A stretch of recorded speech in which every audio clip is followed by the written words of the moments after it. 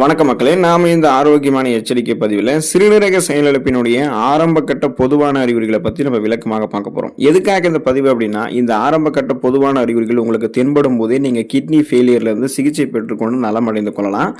காரணம் என்னன்னா, இந்த சிறுநீரக பாதிப்பு அப்படின்றது இன்று பொதுவான ஒரு பிரச்சனை ஆகிடுச்சுங்க. வயதானவர்களை மட்டும் குறிவைத்த இந்த நோய் இளைஞர்களையுமே இப்போ பாதிக்க தொடங்கிடுச்சு அப்படின்னு தான் சொல்லணும்.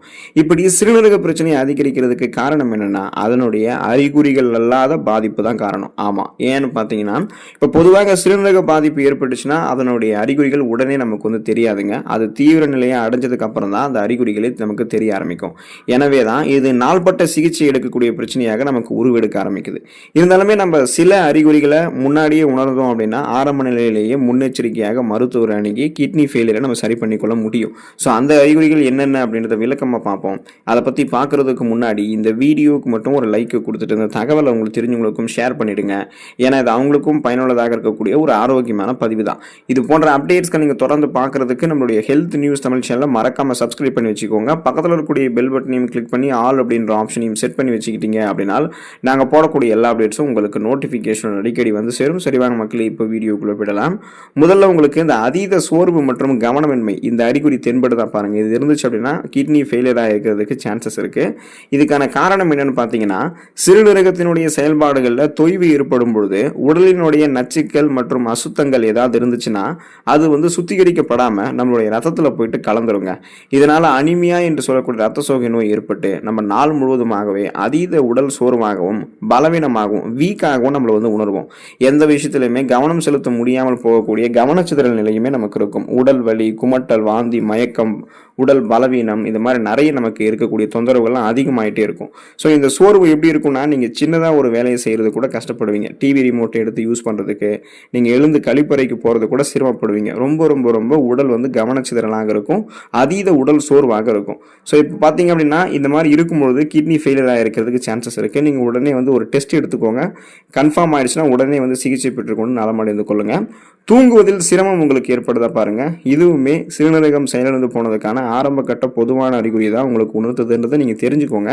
சிறுநீரகம் நச்சுக்களை சரியாக வடிகட்டி சிறுநீர் வழியாக வெளியேற்றாம ரத்தத்திலேயே அது தேக்கும் போது நம்மளுடைய தூக்கத்தையுமே அது பாதிக்கும். ஏன்னா ஒரு ஆரோக்கியமான சிறுநீரகத்தினுடைய வேலையே நம்முடைய உடல் இருக்கக்கூடிய கழிவுகளை வெளியேற்றி சிறுநீர் வழியாக நமக்கு வெளியேற்றணும். ஸோ அப்போ பார்த்தீங்கன்னா அந்த மாதிரி நடக்கலை அப்படின்னா அந்த கழிவுகள் உங்களுடைய ரத்தத்தில் போயிட்டு கலந்துடுச்சு அப்படின்னா அது உங்களுடைய தூக்கத்தையும் பாதிக்கும்.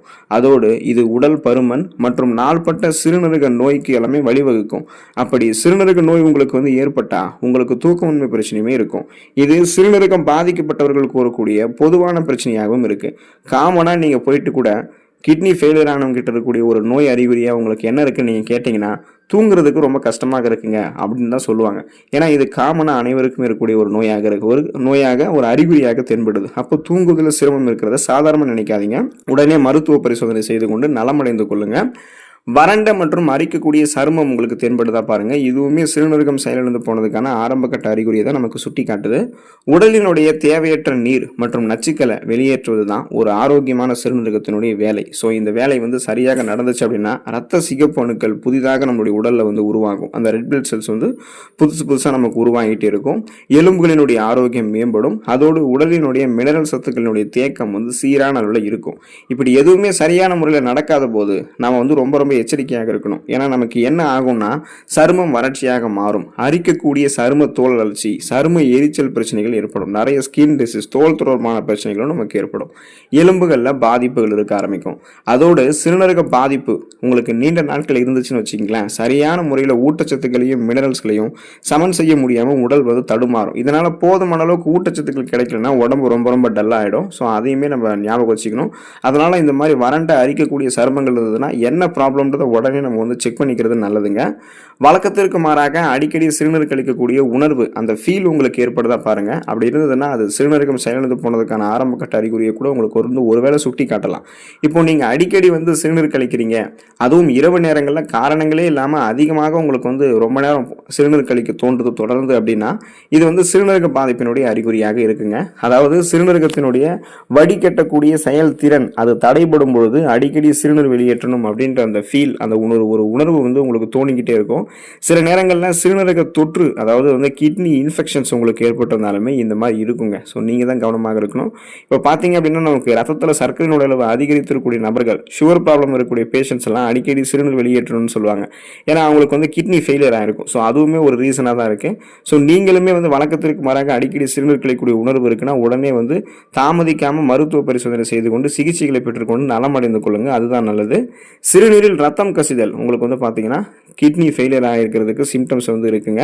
இப்போது ஒரு ஆரோக்கியமான சிறுநீரகம் என்ன பண்ணணும் அப்படின்னா, ரத்தத்தில் இருக்கக்கூடிய நச்சுக்களை மட்டும் சுத்தம் செஞ்சு ரத்த செல்களை பாதுகாக்கணும். ஆனால் அந்த நச்சுக்களை மட்டுமே வந்து பார்த்தீங்கன்னா நமக்கு வந்து சிறுநீர் வழியாக வெளியேற்றாமல் ரத்தத்தில் இருக்கக்கூடிய அந்த ரத்த செல்களையுமே வந்து கசிய வைக்குது அப்படின்னா அது நமக்கு ஒரு கிரிட்டிக்கலான கண்டிஷனுங்க. சிறுநீரகத்தினுடைய வடிகட்டக்கூடிய செயல்திறன் தடைபடும் பொழுது சிறுநீர் வழியாக ரத்த செல்களையுமே கசிய தொடங்கும். ஸோ இந்த மாதிரி இருக்குது அப்படின்னா நீங்கள் வந்து ரொம்ப ஒரு இக்கட்டான சூழ்நிலை இருக்கீங்கன்னு அர்த்தம். கொஞ்சம் கூட தாமதிக்காமல் பயப்படாமல் உடனே மருத்துவரை அணுகணும். இப்போ நீங்கள் வந்து இந்த சிறுநீர் கழிக்கும் போது ரத்தம் வருவது போல உங்களுக்கு தென்பட்டுதுன்னா நீங்கள் எச்சரிக்கையாக உடனே மருத்துவரை அணுகணும். ஏன்னா இது வந்து சிறுநீரக புற்றுநோய், அதாவது கிட்னி கேன்சர், சிறுநீரக கல், கிட்னி ஸ்டோன்ஸு அல்லது கிட்னி இன்ஃபெக்ஷன், சிறுநீரக தொற்று பாதிப்பு, இதில் உங்களுக்கு எது இருந்தாலுமே சிறுநீரில் ரத்தம் வரதான் ஆரம்பிக்கும். நீங்கள் தான் கவனமாக மருத்துவ பரிசோதனை செஞ்சு நமக்கு என்ன ப்ராப்ளம் இருக்கோ அதுக்கேற்ற மாதிரி நீங்கள் சரி பண்ணிக்கணும்.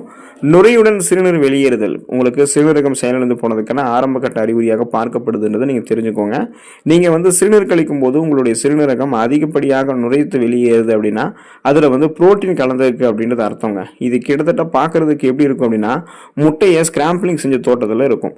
இதுக்கான காரணம் என்னென்னா சிறுநீர் வரக்கூடிய அந்த புரோட்டீன் நுரையானது முட்டையிலுமே காணப்படும். ஸோ அதனால தான் அந்த தோட்டத்தில் இருக்கு.